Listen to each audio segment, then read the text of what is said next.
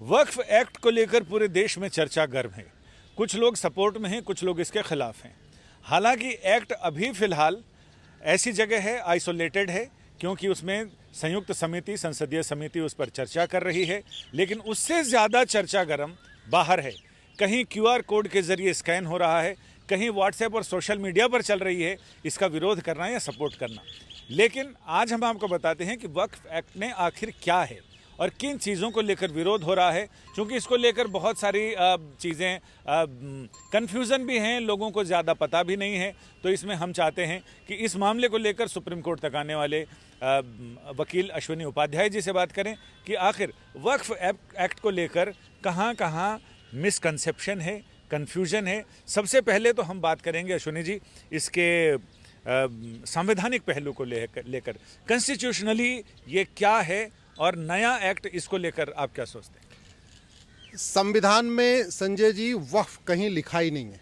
WAQF संविधान में कहीं नहीं लिखा है। संविधान में जो शब्द उपयोग किया है वो है चैरिटी और इंडाउमेंट, जिसको उर्दू में और बाहर की भाषा में वक्फ कहते हैं, हिंदी में हम उसको दान कहते हैं। तो एग्जैक्टली कहीं वक्फ शब्द आया नहीं है। संविधान मजहब के आधार पर विभाजन होने के बाद बना है। पहले विभाजन हो गया भारत पाकिस्तान, उसके बाद संविधान बना। तो संविधान में ये कहा गया कि मजहब के आधार पे कोई योजना नहीं होगी, मजहब के आधार पे कोई बोर्ड नहीं होगा, मजहब के आधार पे कोई मंत्रालय नहीं होगा, मजहब के आधार पे कोई ट्रिब्यूनल नहीं होगा, मजहब के आधार पे कुछ भी नहीं होगा। जो होगा वो यूनिफॉर्म होगा। तो इसका मतलब ये हुआ कि भारत में एक यूनिफॉर्म चैरिटी कोड होना चाहिए, यूनिफॉर्म इंडाउमेंट कोड होना चाहिए, यूनिफॉर्म प्रॉपर्टी कोड होना चाहिए। हिंदी में कहें समान दान संहिता, समान धर्मस्थल संहिता और समान संपत्ति संहिता। दुर्भाग्यवश भारत में एक कानून है जो और एक ट्रिब्यूनल भी है जो मजहब के आधार पर चल रहा है। तो ये वक्फ एक्ट और वक्फ बोर्ड संविधान की धज्जियां उड़ा रहा है, बिल्कुल संविधान के खिलाफ है। हिंदू, जैन, बौद्ध, सिख, ईसाई, पारसी, बहाई सबके लिए ऑलरेडी हमारे पास जो चैरिटी एक्ट है उसमें सबका रजिस्ट्रेशन होता है। बिरला जी पूरे देश में धर्मशाला बना रहे हैं, अगर उनको धर्मशाला बनाना होता है तो वो भी वहीं जाकर रजिस्ट्रेशन कराते हैं। जितने जैन हैं, जितने सिख हैं, जो भी अपना ज़मीन खरीदते हैं वहाँ धर्मशाला बनाते हैं या किसी और काम के लिए उपयोग करते हैं, वहीं रजिस्ट्रेशन करते हैं। हिंदू, जैन, बौद्ध, सिख, पारसी, ईसाई जो ज़मीन दान करते हैं, अगर उसका कोई विवाद होता है उसके लिए बाकायदा डिस्ट्रिक्ट कोर्ट बनी हुई है, जहाँ पे तहसीलदार के यहाँ मामला चलेगा, SOC के यहाँ चलेगा, CO के यहाँ चलेगा, जिसको चकबंदी अधिकारी कहते हैं वहाँ चलेगा। लेकिन एक कम्युनिटी के लिए स्पेशली वक्फ बोर्ड बना हुआ है, वक्फ ट्रिब्यूनल बना हुआ है। इसलिए मैं कहता हूँ ये बिल्कुल संविधान के खिलाफ है, ये नहीं होना चाहिए। चलिए एक बार हम मान लेते हैं कि अगर सारी माइनॉरिटीज़ के लिए कुछ बना हुआ है तो भी समझ में आता है। भाई कॉन्स्टिट्यूशन में आर्टिकल 30 में माइनॉरिटी शब्द आया है, हालांकि माइनॉरिटी डिफाइन नहीं है। तो अगर पारसी, यहूदी, बहाई, सिख, जैन, बौद्ध के लिए भी एक बोर्ड होता, एक ट्रिब्यूनल होता तो भी समझ में आता है। लेकिन सारी माइनॉरिटीज़ को भी ये सुविधा उपलब्ध नहीं है। एक माइनॉरिटी को ये सुविधा उपलब्ध है जो वास्तव में आज की डेट में भारत की सेकंड लार्जेस्ट मेजॉरिटी है। तो इसमें संविधान में अगर कोई पर्सनल लॉ हो और संविधान हो तो उसमें कौन सर्वोपरि रहता है? अगर पर्सनल लॉ और संविधान में पर्सनल लॉ या कोई मजहब के आधार पे कानून बना हुआ है और संविधान में जब कॉन्फ्लिक्ट होगा तो आर्टिकल 14, 15 को प्राइमेसी होगी। इसका मतलब ये हुआ आर्टिकल 14 कहता है इक्वलिटी बिफोर लॉ, आर्टिकल 15 कहता है कोई भेदभाव नहीं करना, आर्टिकल 21 कहता है राइट टू लाइफ लिबर्टी। तो जब भी पर्सनल लॉ और संविधान में कॉन्फ्लिक्ट आएगा तो आर्टिकल 14, 15 को ही प्राइमेसी होगी। यानी जो पर्सनल लॉ चल रहा है, जो पर्सनल कस्टम चल रहा है वो नहीं चलेगा। और संविधान में सबको जो समान, संविधान का मतलब ही होता है संविधान, ऐसा विधान जो सबके लिए समान हो।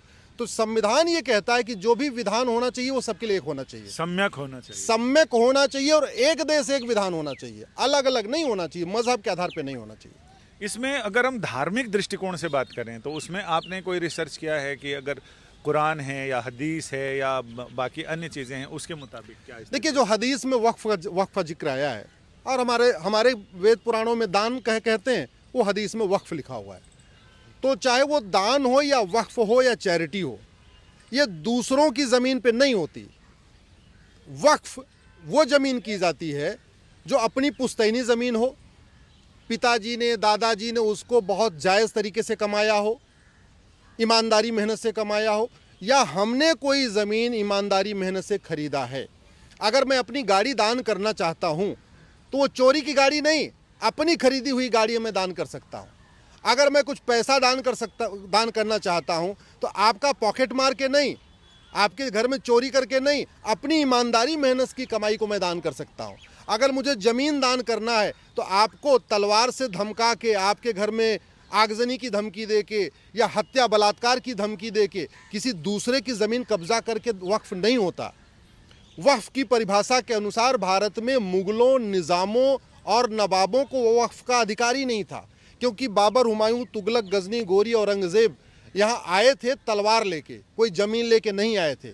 यहाँ उन्होंने तलवार के दम पे धमकाया, हत्या बलात्कार किया, आगजनी किया, उसके बाद में ज़मीन पे कब्जा किया। तो वास्तव में देखिए कुरान और हदीस के हिसाब से तो मुगलों को वक्फ का अधिकार नहीं, क्योंकि 1 इंच ज़मीन उनकी नहीं थी। नवाब और जो निज़ाम थे वो भी उनके पिछलग्गू थे, वो भी उनके सैनिक थे।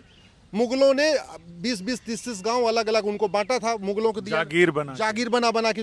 जो जागीरदार थे, जो यहाँ निज़ाम थे या नवाब थे, उनको भी कोई अधिकार नहीं, क्योंकि उनको जो 20-30 गांव दिए गए थे वक्फ करने के लिए नहीं, वो केवल वहाँ की देखभाल करने के लिए, वहाँ उनको मालिकाना हक नहीं, गुजारी वसूलें, माल गुजारी वसूलने के लिए, लगान वसूलने के लिए उनको मालिकाना हक नहीं मिला। तो इसका मतलब उनको भी अधिकार नहीं। वो एक तरह से डिस्ट्रिक्ट कलेक्टर थे जो कलेक्ट एग्जैक्टली वो कलेक्ट करते थे, वो ओनर नहीं थे, वो कलेक्टर थे, कलेक्ट किया करते थे, उनको केवल इतना ही अधिकार था। तो उनको भी अधिकार नहीं। इसका मतलब ये हुआ कि और आज़ादी जब हुई है उस समय जो वक्फ बोर्ड की टोटल प्रॉपर्टी थी वो थी 45,000 एकड़, चलो हम मान लेते हैं उसको 50,000 एकड़।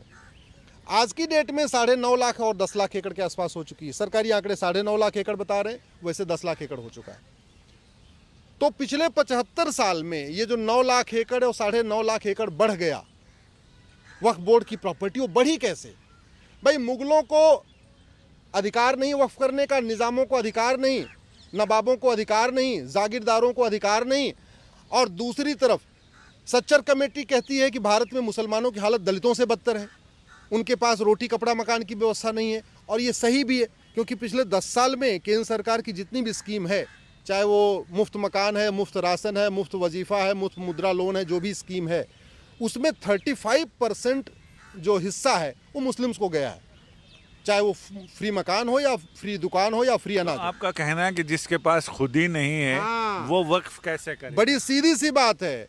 जब मुसलमान इतने मजलूम हैं, इतने गरीब हैं, तो वक्फ करेंगे कैसे? अरे वक्फ वो करेगा जिसके पास ज़मीन होगी, जिसके पास पैसा होगा।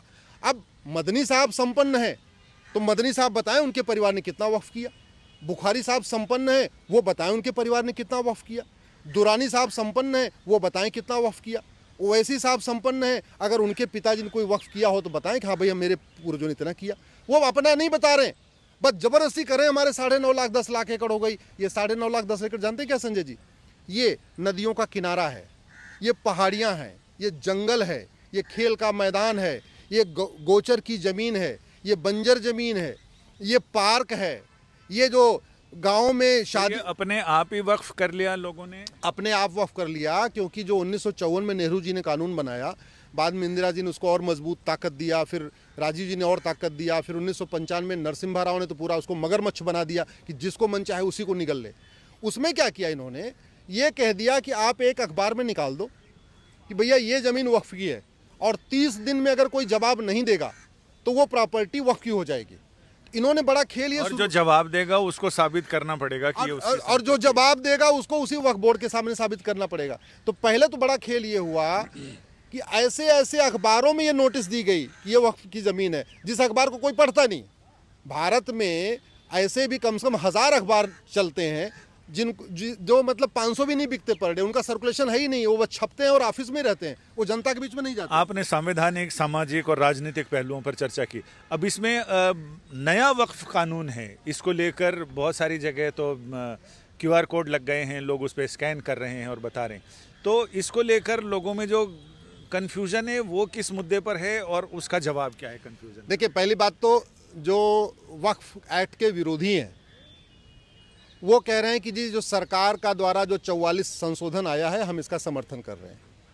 जो वक्फ के समर्थक हैं वो कह रहे हैं उनको नहीं पता वक्फ, सच्चाई तो है इस वक्फ एक्ट, वक्फ बोर्ड, वक्फ ट्रिब्यूनल के बारे में न विरोधियों को पता है न समर्थकों को पता है।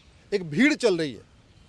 तो पहले तो जो इसके वक्फ के विरोधी हैं मैं उनको बता दूं कि जिस टायर में 44 छेद हो जाए ना, उसमें पंचर नहीं बनवाते, वो टायर बदल देना चाहिए।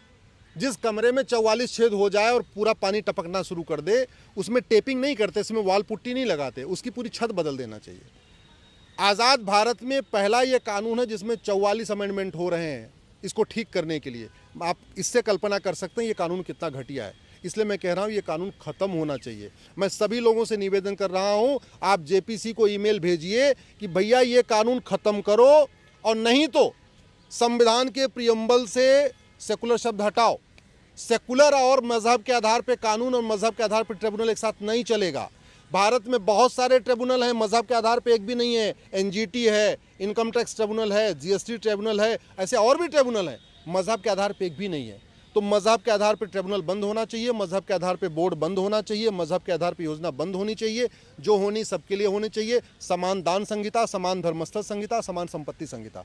इसलिए सबसे मैं आग्रह करता हूँ, ईमेल भेजिए कि या तो ख़त्म करो, समान दान संहिता बनाओ, अदरवाइज संविधान के प्रियम्बल से सेकुलर शब्द हटाओ, और भारत में हिंदू के लिए हिंदू बोर्ड, हिंदू ट्रिब्यूनल, जैन के लिए जैन बोर्ड, जैन ट्रिब्यूनल, बहाई के लिए बहाई बोर्ड, बहाई ट्रिब्यूनल, सिख के लिए सिख बोर्ड, सिख ट्रिब्यूनल, यहूदी के लिए यहूदी बोर्ड, यहूदी ट्रिब्यूनल, पारसी के लिए पारसी बोर्ड, पारसी ट्रिब्यूनल बनाओ।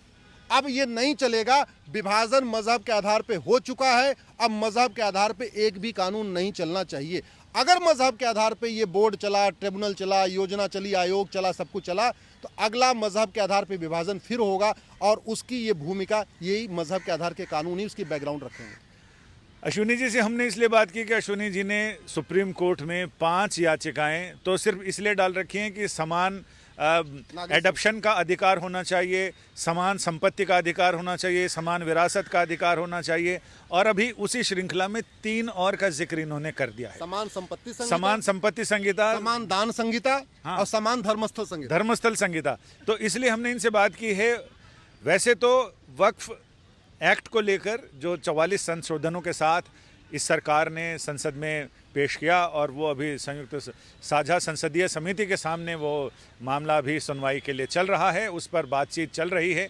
लेकिन फिलहाल लोगों में क्या मिसकंसेप्शन है और उसके लिए क्या चीज़ें हैं, संविधान में इसकी स्थिति क्या है, ऐतिहासिक स्थिति क्या है, सामाजिक स्थिति क्या है, उस पर हमने इनसे बात की है और विस्तार से बात की, जिसमें इन्होंने अपना पक्ष रखा है। संजय शर्मा, दिल्ली, आज तक।